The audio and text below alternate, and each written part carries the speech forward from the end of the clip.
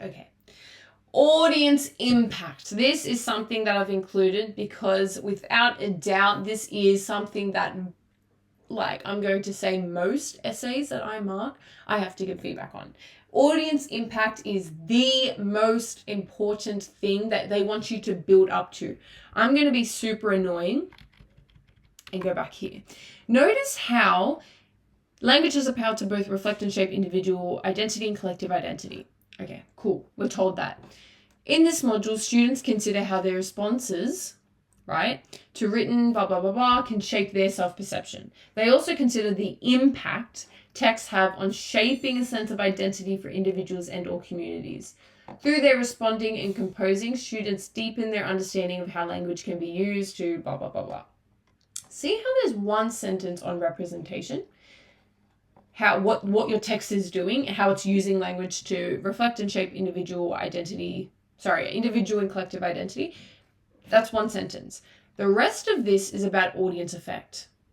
What that representation of certain identities and cultures, what is that actually doing to you? How is that actually changing your worldview, the assumptions and beliefs that you have, your empathy for others, your own self-perception? That's what we want to build up to. Okay, as you can see, this is the importance of knowing the rubric really, really well, because it's literally asking you to focus mostly on audience effect. What does this actually mean? This doesn't mean that your body paragraph should only talk about audience effect. However, you should be building up to it. Just like how in the common module, you build up to the why being, why is your composer showing this to us? What are they trying to say about the world? What are they trying to open our eyes to or challenge? And that's what you want to build up to in the common module. Here, we want to build up to audience impact. How is this challenging the way you view other cultures, the way you view other identities, the way you view your own culture, the way you view your own identity? Okay, that's what I need from you guys to talk about. Okay, integrating this in your responses can be what differentiates between a band 5 and band 6. Wholeheartedly, I can say that, okay, wholeheartedly. My students who have gotten band 6s before in English Standard are the students that do this and do this very well. Okay, so this is what I was talking about with the kind of buzzword sheet. These are kind of synonyms you can have for the syllabus words. So this is straight from the syllabus. It's asking you, how does your text affirm, ignore, reveal, challenge, or disrupt prevailing assumptions and beliefs about certain identities and cultures? And that's your audience effect, right? My text affirms this about Asian Australian identities, and this challenges my own worldview in this way. Something like that.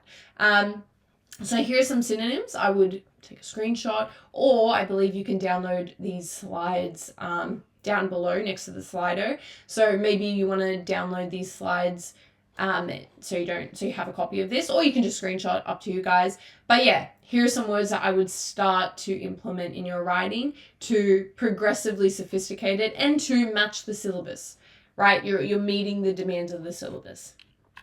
Okay, so this is the difference between linking without or linking with audience impact, just so you guys see the value of talking about audience impact. So instead of something like, therefore, Lawson reveals the value of community as essential to Australian culture, we want something like, therefore, Lawson reveals the value of community as essential to Australian culture, allowing audiences to understand its continuing presence in the nation today. That's how you grapple with audience effect, okay? That's an example there of you literally talking about the effect on audiences, whereas this is just about the composer. We do want you to talk about what the composer was trying to say, but again, as I said, we want you to build up towards audience effect, okay? So notice the difference between these two. Okay, next one. Here, Aunt Serena's characterization, remember how the character changes throughout the text, demonstrates how individuals may struggle to adjust to new lifestyles. Instead of that, we want, hence, Aunt Serena's characterization demonstrates how individuals may struggle to adjust to new lifestyles, enabling audiences to better empathize with their efforts. Okay, you can see the difference, right? This is more band 4, band 5. this is pushing towards band 6. Okay. Therefore, her poems represent this historical mistreatment of Aboriginal people that will transition into audiences are encouraged, okay, to empathize with the historical mistreatment of Aboriginal people and strive toward a more culturally harmonious society. So again, you can see integrating audience effect, how it elevates it. So yeah, we just went through all of that. And what if I told you that the answers you seek are in the syllabus? Yeah. The rubric, if you can't tell, is where you should be basing a lot of your study, okay? Because all of this, I literally, maybe you didn't realize, but I literally just went through these key ideas in this syllabus, okay? We literally just went through this together. We have revised the syllabus together. And you can see that that's literally everything you need to do for Module A, because it's the syllabus. You wouldn't believe it.